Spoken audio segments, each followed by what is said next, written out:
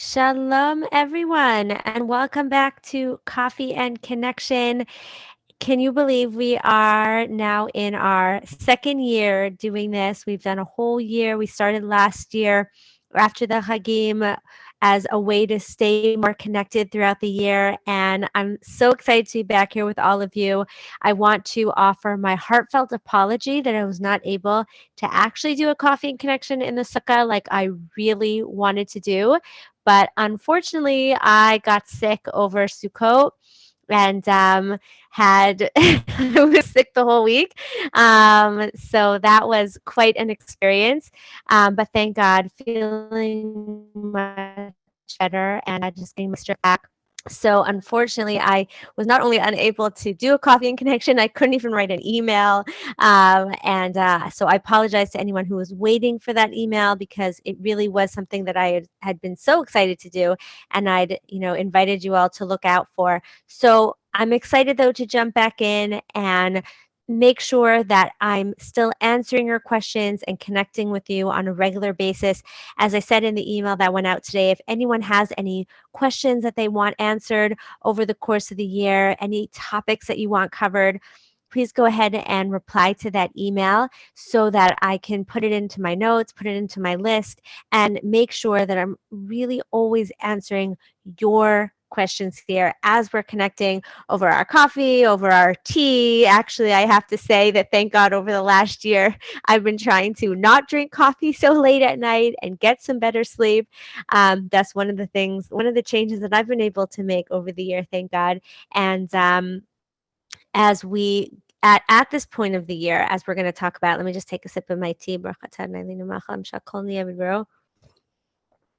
As we're at this point of the year, this really is an amazing opportunity for us to not look back and see, wait a second, a whole year passed, so much time went by, and it really was a very, in some ways, busy year, in some ways, not busy year, right? So much was happening while at the same time, so much wasn't happening.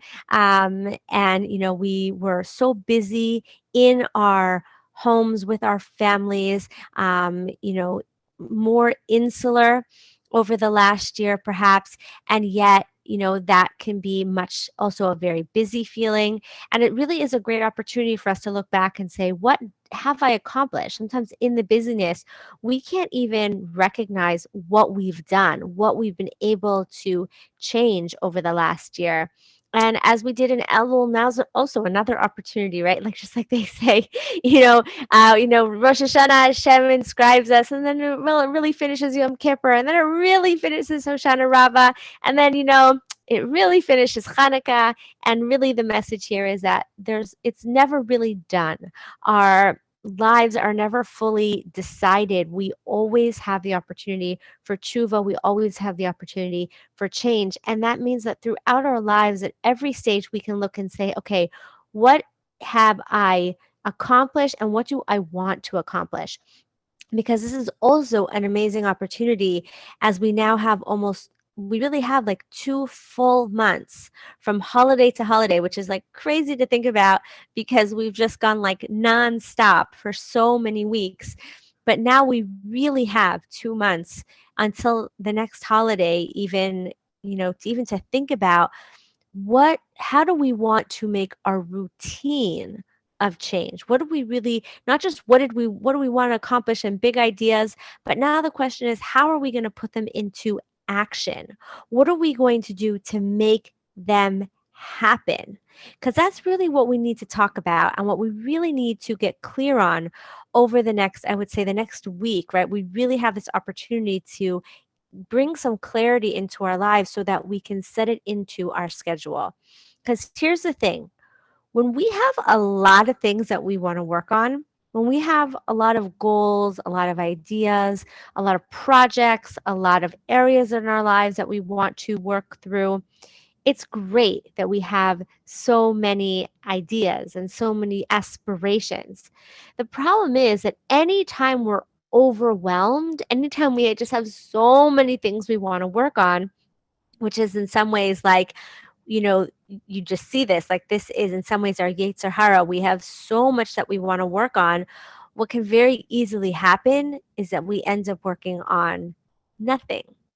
Nothing. And it's easy to end up working on nothing. And I'll tell you why for two reasons. One is that, as my coach always says, the overwhelmed mind does nothing. A confused mind does nothing. If we have so many things we want to work on, it's easy for us to just kind of get stuck and just pick up our phones and start scrolling or start cleaning out a closet. Not that that's not also important, but is that something we really need to be doing, right? The other reason why it's so easy to end up doing nothing is because we can always get stuck in the busy work. We can always just, as a client said to me today on our call, I get so overwhelmed with what needs to get done that I'll just go make dinner, right? Like, yeah, we can always just go make dinner. We can always clean something, wash some dishes, organize something, or just kind of get caught up in the busy to-do list and not necessarily accomplish those goals that we want to accomplish, those things that we really need to carve out time for. And that's why, as we have now a set amount of time where we can really look at our schedules and ask ourselves, what do I really want to accomplish? What is it? What's a project? What is uh, a an area of my life that I really want to see something happen in? Whether it's something I want to work on in a relationship with someone. Do I want to spend more time with my husband? Do I want to sit and talk more with my kids? Is it something for myself? Do I want to make sure that I'm davening or exercising? Is it something between my friends or a sibling, a parent, uh, anyone, right? Is there something I want to work on in my life? Is there a project I've been putting off, something for work, something I want to learn, something I want to accomplish? We want to really ask ourselves and try to find at least one thing, and probably even better to lead it, to keep it at one thing at a time, so that then we can really commit ourselves to it and make sure that we actually take that time to do it. And we know that the only way we're going to actually get anything done is if we commit to it and we schedule it into our day. We actually make sure we block off time to do it during the day, to do it throughout the week, an amount of time that's actually going to allow us to do it. Because, as I said, we can so easily get lost in our to-do list. We can get so easily lost in just the daily running of our lives that the only way we're going to really accomplish something new or accomplish something different, do something different than what we've done over the last year, is if we make sure that we are prioritizing it and making it happen. Now, it doesn't have to be something that we're going to do. It may be committing to something that we're going to be. Maybe we want to be a better listener, be more empathetic, be more feminine, be more giving, be more a better receiver, create better connections. If that is what we are committed to, then I'm still going to invite you to ask yourself, what practically can I do to make sure that that is happening? Is there a certain book that I need to read? Is there a certain program that I need to join? Right? Just for putting it out there are still a few spots and a few weeks left to still be able to join Absolutely Feminine. So if anyone is still on the fence and over the Chagim was thinking, wow, I really want to work on this, or now is thinking, I really want to make my relationship and myself a priority over the coming year, please don't hesitate to reach out to me. That time window where you can still join is getting smaller every day, and I would hate for you to have to wait another year. So making that commitment to yourself, whatever that's going to be, if it's a program, if it's a book, if it's even just taking that time to remind yourself every day, a reminder that goes off in your phone every day before the kids come home, that just says, take some time to listen. Or maybe it goes off in the middle of the time that they're home to remind you to take that time. Maybe you commit yourself to a certain time that you're going to sit and just schmooze with your husband or go out together. Even if it's not something that you want to get done, but it's something about who you want to be, there are ways that you can put it into your life in a more integrated in a more not conceptual, concrete way to make sure that it doesn't just kind of elude you over the course of the year, right? That's one of the things we want to be very careful of. Sometimes we're so committed to so many great ideas that they remain abstract in our minds and they don't get to actually go from our brain where and our heart where like amazing intentions are being made, amazing ideas are happening and put actually into fruition into the world. And that may be because we just have too many of them and it's so hard for us to choose which ones we're going to actually work on. Or it may be because we just get so busy in the craziness of life. And that's why it's so important to first and foremost make that decision. What am I going to work on? What is it that I really want to be able to look back and say, I improved this over the last year, right? What would I be so proud of if I've been able to accomplish? What did I most promise myself, right? It's very easy. I can totally relate to this year because, we had Rosh Hashanah, we had Yom Kippur, and it was so powerful. And so there was just so much clarity that I was able to feel over those days. But then as soon as Yom Kippur is over, you're planning for Sukkot. My son got sick. I got sick. All this craziness right after. And then you're thrown back into the year, right? And we kind of have to take some time to like check in with ourselves and say, wait a second. Wait, what was that clarity I had over Rosh Hashanah? What was the clarity I had over Yom Kippur? Because with all the Sukkot crazy and cooking and cleaning, did we actually have any time to put it into practice? Now is that opportunity. Now is when we can look back and say, what was it that I had clarity on? What was I so sure that I was going to work on? Was it, spending more time with just sitting and talking to my kids? Was it spending less time on my phone? Was it, writing a book or working on a certain project or learning a skill or reading a book? Maybe you committed yourself to learning something or just taking time every day to talk to Hashem or be more connected to the people around you. Maybe you committed to join your community and be more active, to look out for ways to help others, or to be open to seeing how you can make deeper connections. Whatever it was that came up for you and you had some of that clarity, to now make sure that you are recommitted and that you find an action step that you can take. An action step that you can take that allows it to be implemented into your life so that you don't just get swept up by the craziness of life, but you actually are choosing what you're going to focus on. You're choosing something for yourself. I know that this is very much something I think that we women can understand that perhaps not everyone in our lives understands, but our time is not always our own. We have a lot of people kind of coming to us for their time, wanting our time. We can plan out a whole schedule and it's not necessarily going to actually be able to happen just because there's always so many other people pulling at us for our time. And because of the reality of the fact that our time is so often not our own, it becomes even more important to set certain priorities in our lives, to have certain things set in our schedule that are as much as possible non-negotiable for us. Whether it's once a week or once a day, once a month, whatever it is, we have our non-negotiables. And it may be hard to put them all in at once, but we can put them in every month we can add something in or we change it. But it is important to look at our priorities and ask ourselves, what can we make sure that we put into our schedule as priority number one, non-negotiable, whatever we can do, we are on that call or we are we are sitting with that person.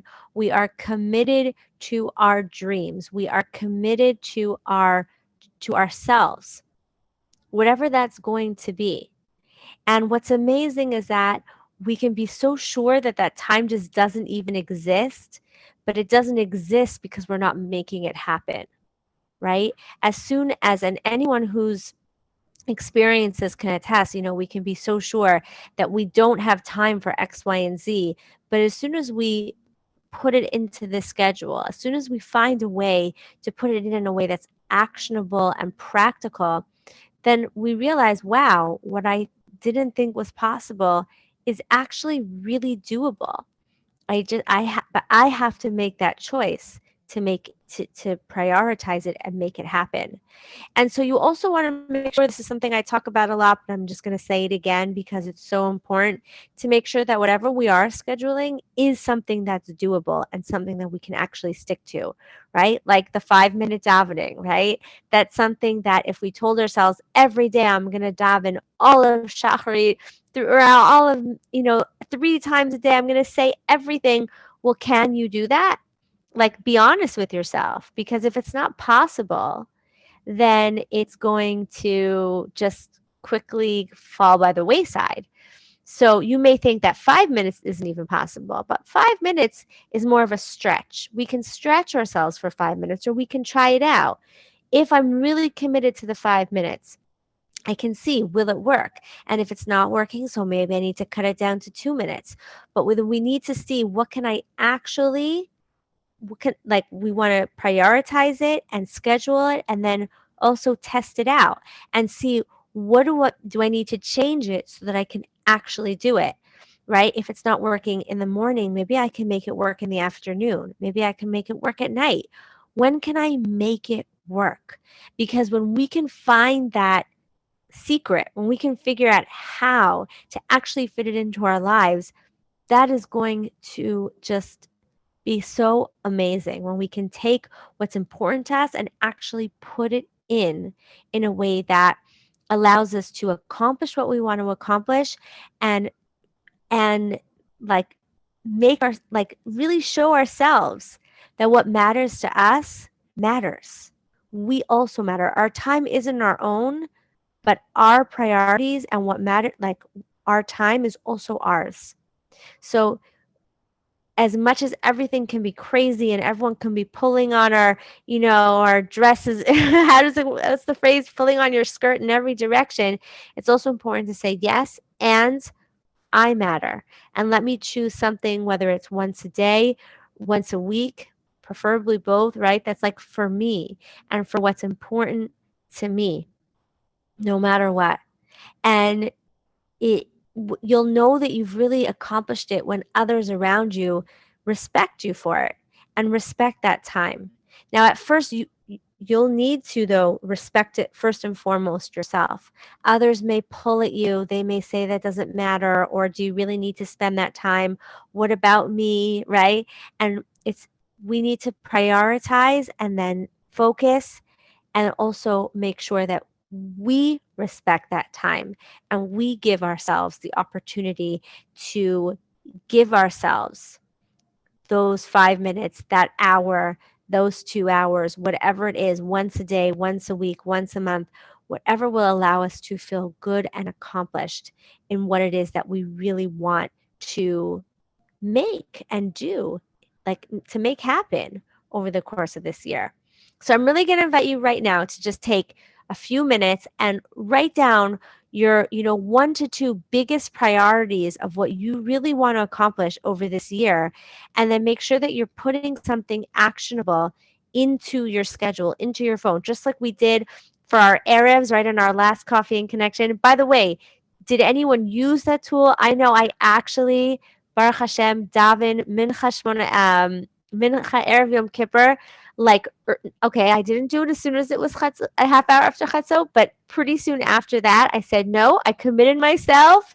I told everyone I was doing it, and I'm going to do it. And I have to tell you, for the rest of the day, I could not stop saying, "Wow, my day was so much better. Wow, I'm so happy that I did that. Wow, I like, it made such a difference."